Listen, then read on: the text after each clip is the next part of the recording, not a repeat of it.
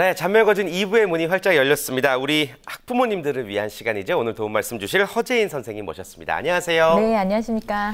네, 진로직업 상담사라는 이제 직업으로 저희와 함께 해주고 계신데 항상 좋은 이야기 전해주셔서 감사하다는 학부모님들의 이야기 제가 전해 듣고 있습니다. 감사합니다. 예, 오늘은 또 어떤 이야기 저희가 나눠볼까요? 네, 지난 시간에는 그 자기 이해에 대한 바탕으로 해서 우리 태진 씨가 모델이 돼서 그 질문지도 한번 해보셨죠? 네, 그래서 오늘은 흥미를 알아봤으니까 자기의 참모습을 알아봤으니까 오늘은 적성에 대해서 좀 알아보는 방법에 대해서 약간 이야기하는 시간을 갖겠습니다. 그러니까 지난 시간에는 내가 어떤 쪽에 좀 흥미를 가지고 있는지를 살펴봤고 그렇다면 오늘은 좀 더 집중적으로 들어가서 나의 적성은 무엇인가를 우리가 알아볼 수가 있겠군요.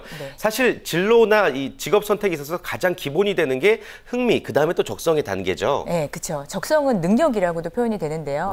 그래서 이제 적성을 이제 이야기를 할 때는 적성이 어떤 것인지에 대한 올바른 적성에 대해서 좀 얘기를 해주고요. 자신한테 부족한 적성이 뭔지, 그다음에 이 적성을 부족한 적성을 어떻게 개발하는지에 대해서 좀 얘기를 많이 해주고 있습니다. 그래서 대부분 적성이라고 하면 대부분 또 인지적 능력을 판단하는 어떤 IQ 테스트인가라는 걸로 오해하시는 분도 있는데 그렇지 않다. 적성은 나한테 있는 개발 능력이다라는 거를 아이들한테 많이 얘기를 해주고 있습니다. 좋습니다. 나의 적성을 어떻게 알 수 있는 걸까요? 네, 이 적성은요. 일단은 이제 뭐 그 적성에 대해서 또 얘기를 할 때는 유의사항이 있어요. 유의사항? 유의사항이 있는데 저 아까 말씀드렸던 인지적 능력하고는 상관이 없다라는 내용을 하고 다양한 능력, 자신이 갖고 있는 그 다양한 능력을 개발할 수 있다라는 것이랑 학습이나 환경에 따라서 얼마든지 변화할 수 있다. 그렇기 때문에 남이 가진 능력을 가지고 부러워한다든지 나 이거 없는데 나는 이거 못하면 안 되는 거 아니야가 아니라 다 사람마다 각자의 얼굴이 틀리고 개성이 틀리듯이 자기가 가진 능력이 틀리기 때문에 얼마든지 그러한 능력, 다양한 그 개개인에 맞는 능력들은 개발할 수 있고 변화할 수 있다라는 거. 그래서 자신의 노력하는 자세가 중요하다라는 얘기를 기본적으로 해주고 있습니다. 좋습니다. 그렇다면 이 적성, 곧 능력이라고 이제 표현을 해서 그것을 어떻게 키워 나가느냐에 따라서 어떤 직업을 선택할지 그리고 또 그 직업에서 자신의 역량을 펼칠 수가 있을지가 좀 가늠이 되는 것 같습니다. 자, 적성 검사 아까 잠깐 얘기해 주셨는데 적성 검사는 어떻게 할까요? 그리고 이제 적성 검사를 할 때는요, 친구들이 보통 이제 저희도 질문지를 통해서 지난번에도 흥미도 이제 질문지를 통해서 보셨던 것처럼 여기도 이제 질문지를 이제 아이들한테 제시를 하면 아까 말씀드린 것처럼 혹시 이 IQ 테스트인 줄 알고 이제 불안해서 일부러 거짓말로 작성을 한다든지 내가 무슨 문제가 있는 건 아닌가, 내가 뭐 또 혹시나 부진하는 아닌가라는 것 때문에 솔직하게 적지 않는 경우도 있어요. 근데 실제로 인지적 명확성이 부족하신 분들은 그런 분들은 정신적인 상담이나 뭐 이런 쪽으로 먼저 진행이 되고요. 인지적 명확성이 확실하신 분들부터 진로 상담이나 직업 상담을 실시하는 방향으로 저희가 설계를 하고 있습니다. 그렇군요. 그러니까 스스로가 어떤 좀 그러니까 뭐 정신병이 아니라 그냥 정신적으로 약간 좀 불안하거나 불편한 상태에서 이 적성 검사를 진행한다는 것이 조금 무리가 있다는 말씀이신 거죠? 그러니까 예를 들면 뭐 쉽게 말씀드리면 우리가 이제 결혼식을 하는데 예쁘게 꾸미고 웨딩드레스를 입어야 되는데 목욕 안 하고 지저분한 상태로 예쁘게 이제 화장만 하고 그러니까 옷만 예쁘게 입었다고 해서 해결이 되는 게 아니잖아요.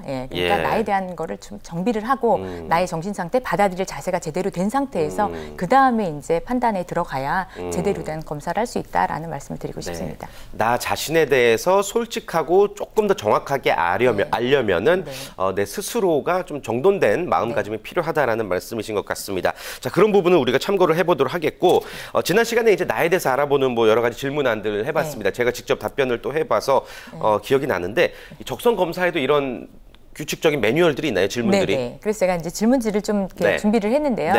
VTR이 준비가 되면 보여주시면 좋을 것 같은데요. 자, 여러분들 보이시나요? 화면을 좀 가까이 와서 보셔도 될 것 같습니다. 여기 이제 8가지 능력으로 해서 저희가 이제 이거는 한국직업능력개발원에서 하고 있는 간이검사입니다. 그 8가지 능력이 뭔지만 좀 한번 짚어주실까요? 신체랑 운동 능력, 그다음에 공간지각 능력, 그다음에 음악 능력. 그다음에 언어 능력, 수리 논리력, 그다음에 자기 성찰 능력, 대인관계 능력, 자연 친화력에 대한 걸로 파트가 되어 있고요. 8개 총. 그리고 이걸 가지고선 이건 간이 검사이기 때문에 전혀 그렇지 않다라고 하면 동그라미 표시를 하시고 별로 그렇지 않다라고 하면 세모 표시, 대체로 그렇다 하면 네모, 그다음 매우 그렇다 하면 별표로 해서 하나하나 질문 사항에 대해서 체크해 나가는 겁니다. 그래서 예를 들면 신체 운동 능력에서는 나는 운동장 5바퀴를 중간에 멈추지 않고 달릴 수 있다. 전혀 그렇지 않다. 저는 전혀 그렇지 않으세요. 그러면 이제 동그라미에다가 체크를 하시면 되고요. 뭐 그다음에 이제 밑에 거 보면 나는 피구를 할 때 아주 빠르게 공을 던질 수 있다.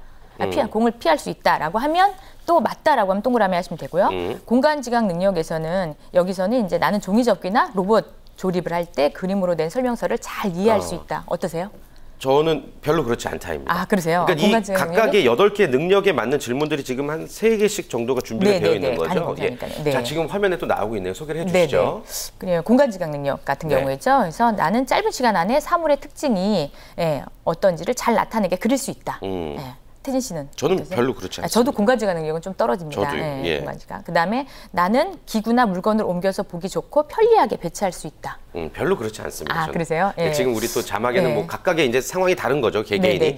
저렇게 맞게 살라는 얘기가 아닌 거죠. 그렇죠. 그거 체크를 하라는 얘기인 거죠. 그렇죠. 그리고 이제 우리 태진 씨 같은 경우는 언어 능력이 되게 좀 뛰어나실 것 같아요. 언어 능력이요? 네. 그래서 뭐 언어 능력 같은 경우에 나는 글을 통해서 나의 느낌이나 주장을 잘 표현할 수 있다. 그다음에 언어 능력 3가지는 다 매우 그렇다라고 그러세요? 부끄럽지만 적어봤어요. 그리고 뭐 이제 하나 나는 나의 의견이나 기분을 상대에게 말로 잘 전달할 수 있다. 그렇게 해서 이제 요거를 체크를 해서요. 아까 말씀드린 대로 동그라미, 그다음에 세모, 네모, 별표로 해서 체크를 하신 다음에 그다음에 이제 그 표를 정리한 상태에서 기록하는 또 양식이 있습니다. 그래서 각각의 능력에 대해서. 좋습니다. 일단 이렇게 작성을 하고 나서 그렇다면 이제 이 각각의 뭐 동그라미 숫자, 별표 숫자, 세모 숫자, 네모 숫자가 판이하게 다를 거 아니에요. 이 여러 가지 능력별로. 작성을 하고 나면 이제 우리가 어떻게 해야 되는 거죠?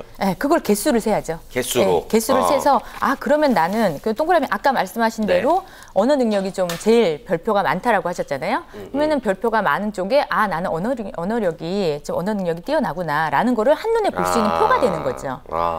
그리고 수리 논리력이 뛰어나다 하면 그쪽에서 또 내 능력이 뛰어나다는 걸 한눈에 볼 수 있고. 근데 아까 뭐 신체 능력 이런 걸 부족하시다고 말씀하셨잖아요. 거기서 계속 동그라미가 나왔다 하면 이쪽은 내가 부족하구나. 그러니까 내가 이쪽 능력을 개발해야겠구나.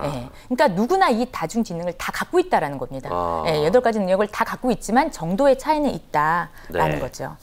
그러니까 이 8가지가 뭐 다 매우 그런 편이다라고 별표가 나오는 분들은 드물 겁니다. 그러니까 유독 자신이 별표가 많이 나오는 쪽이 있을 테고 그리고 이거는 지금 우리처럼 직업을 갖고 있는 사람들이 하는 것은 크게 의미가 없고요. 직업을 찾으려는 학생들이라든지 어떤 취업 준비생들이 체크를 했을 때 난 이쪽 직업이 나에게 도움이 되겠구나라고 이제 여러분들이 생각을 하시면 좋을 것 같습니다. 그리고 역으로요.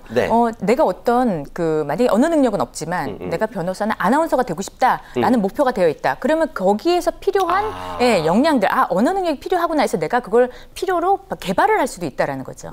나는 이게 능력이 없으니까 난 여기서 끝이야가 아니라 얼마든지 개발하고 노력하면 된다라는 그런 얘기들을 전달하는 게 여기서는 포인트입니다. 그래요. 이게 한국 직업능력개발원의 직업 적성 검사를 바탕으로 해서 만들어진 거죠. 근데 이거는요. 어떤 원리냐면 그 하워드 가드너 박사의 다중지능 이론을 바탕으로 해서 또 만들어진 겁니다. 다중지능 이론을 바탕으로 만들었다. 일단 지금 화면에서 보시는 것처럼 한국 직업능력개발원의 직업 적성 검사를 바탕으로 해서 만들어본 간이 검사입니다. 그런데 이곳에서 이제 무료로 여러분들이 검사를 받으실 수가 있고, 근데 말씀해주신 부분이 지금 가드너의 다중지능 이론을 바탕으로 만들어진 거다라고 설명해 주셨어요.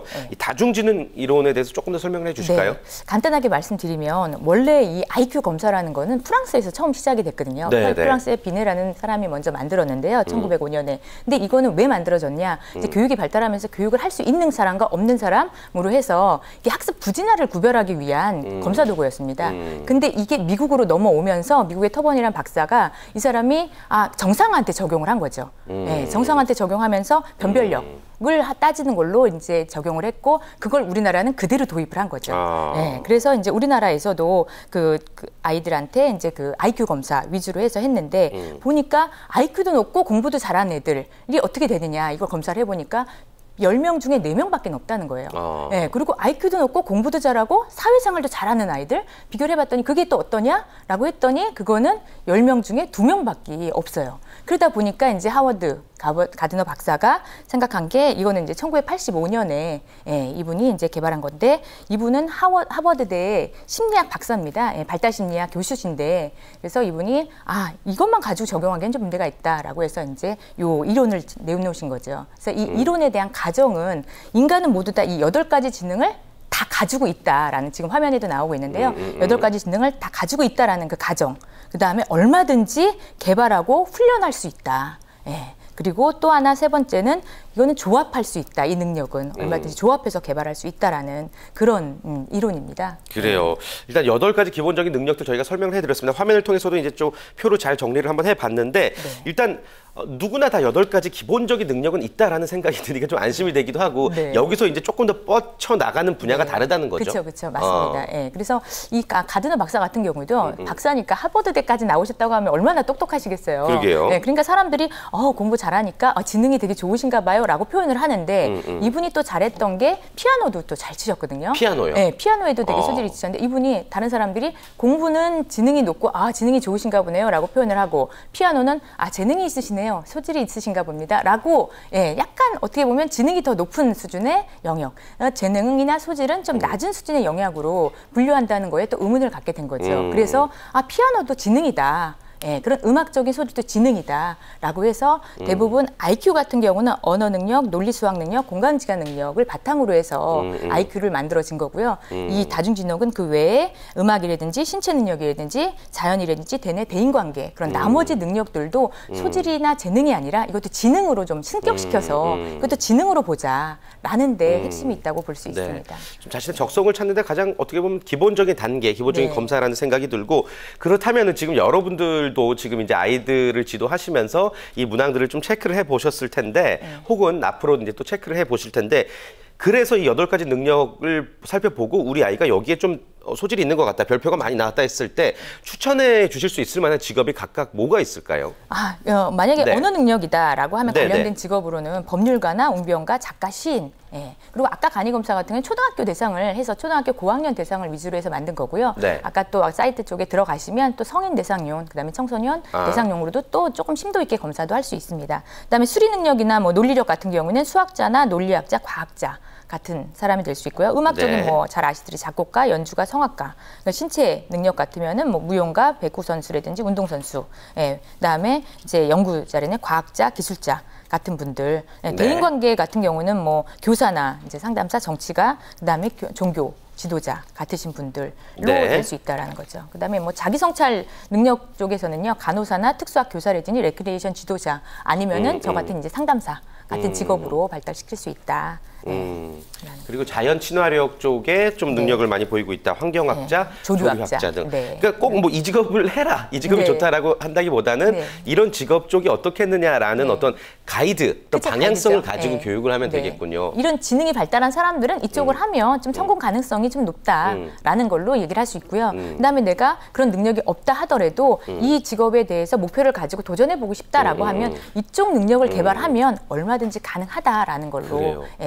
근데 이제 사실 저는 여기서 이제 문제가 뭐냐면은 적성과 흥미가 일치할 때는 아무 문제가 없죠. 그러나 적성 검사는 이렇게 나왔는데 내가 예를 들어서 이제 음악 능력 쪽으로 굉장히 좋은 게 나왔습니다. 그런데 엉뚱하게 이제 나는 환경학자를 하고 싶어요라고 말할 경우에 적성과 흥미가 좀 불일치할 때 그때 교육을 어떻게 해야 되느냐가 사실 제일 어려워하는 부분이거든요. 그렇죠. 그러니까 이제 그런 경우에는 자기의 흥미대로 좋아하는 건 좋아하되 자기가 이제 꼭 하고 싶어하는 어떤 목적이 있다라고 하면 이쪽 분야에서 필요로 하는 영역, 요구 역량, 요구 역량이 있거든요. 근데 지금 내가 보유 역량이 있고 메꿔야 되는 역량들이 또 있는 거죠. 그래서 그거에 대한 분석 자료로 이런 자료들을 활용하시면 내가 이런 걸 해야겠구나. 그다음에 이제 언어 능력에서도 또 하위 영역이 있습니다. 듣기, 쓰기, 말하기, 읽기에 대한 각각의 하위 능력에서 요구되는 또 그에 필요한 직업들. 이건 좀 간단하게 이제 표시가 된 거고 듣기를 잘하는 사람 쪽에 직업으로 갈 수도 있고 말하기가 잘하는 사람, 쓰기가 잘하는 사람, 또 읽기가 잘하는 사람 쪽으로 하위 영역으로 또 분류를 해서 세분화시켜서 또 볼 수도 있는 거죠.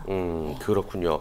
자, 그런데 이제 또 아이들이다 보니까 이 검사조차 또 상처가 될 수가 있거든요. 예를 들어서 언어 능력이 너무 안 좋게 나온 거예요. 그러면 나는 평생 이런 걸 못해 이러면서 막 울 수도 있고 이럴 때 또 지도 방법도 중요할 것 같아요. 저희가 IQ 테스트 같은 경우에 단점 같은 경우는 IQ 내가 이제 110이다 아니 100이다 하면 그걸로 고정이 돼서 내 IQ는 쭉 그대로 가는 걸로 그렇게 인지를 하잖아요. 그런데 이제 이 다중지능 검사 같은 경우는 얼마든지 개발하면 100이었던 게 이제 계속 단계로 올라갈 수 있다. 얼마든지 얼마든지 개발하면 개발이 가능하다. 그다음에 또 하나 특징이 뭐냐면 언어 능력 같은 경우에는요. 나이가 들면 들수록 이게 성장하는 능력입니다. 그래서 우리가 앞으로 고령화 사회로 간다고 하면 고령화 사회로 갈 때 이쪽 언어 능력이 뛰어나신 분들은 나의 컨텐츠나 내가 할 수 있는 능력 이걸 발휘해서 할 수 있는 영역들이 많다라는 거죠. 그러니까 우리 태진 씨 같은 경우에는 너무나 좋으신 거죠. 언어 능력 뛰어나시니까 앞으로 고령화 사회, 고령 사회로 넘어갔을 때도 내가 할 수 있는 역량들이 많겠구나. 내가 나이 들어서도 쭉 할 수 있는 게 많겠구나라는 그런 영역들 찾아주신다는데 의미가 있겠습니다. 특별히 뭐 뇌경색 같은 것만 조심하면 언어 능력은 좀 꾸준히 유지할 수 있겠다라는 생각이 들고 알겠습니다. 자 그리고 이제 또 저 한 가지만 더 제가 너무 궁금한 부분인데 아이가 실제로 이런 적성을 좀 보여줬어요. 그러면은 이제 선택과 집중을 활용해서 그 부분만 좀 집중적으로 교육하는 게 맞을까요? 아니면 좀 떨어지는 부분을 좀 밸런스를 맞추기 위해서 좀 그쪽에 신경을 쓰는 게 좋을까요?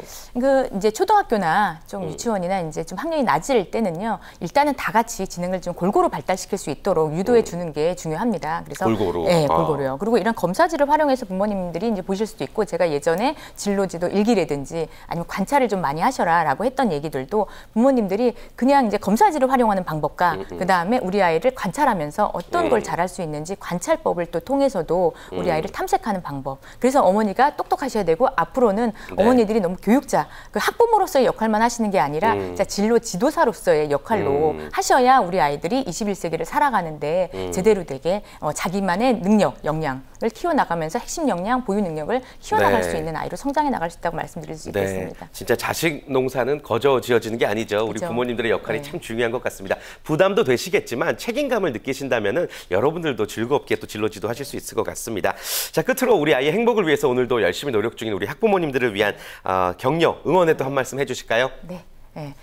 어머님들 보면요. 대부분 이제 공부를 잘하면 우리 아이가 많은 능력을 가졌다고 생각을 하시고 공부를 못하면 우리 아이는 아무래도 모든 능력이 떨어진다라고 이분법적으로 생각하시지 말고요. 오늘 다중지능 이론에 대해서 잠깐 소개해드린 것처럼 우리 아이가 이 능력이 없으면 다른 능력이 조금 근데 없는 게 아니라 이쪽은 조금 낮고 우리 아이는 다른 쪽에서 뛰어난 능력을 가질 수 있다라는 자신감을 가지시고요. 8가지 영역 우리 아이가 어떤 능력이 있는지 오늘부터 유심히 관찰해 보시기 바라겠습니다. 네, 좋습니다. 감사합니다. 오늘의 진로 교육은 여기까지 하도록 하겠습니다. 허재인 선생님 고맙습니다. 네, 감사합니다.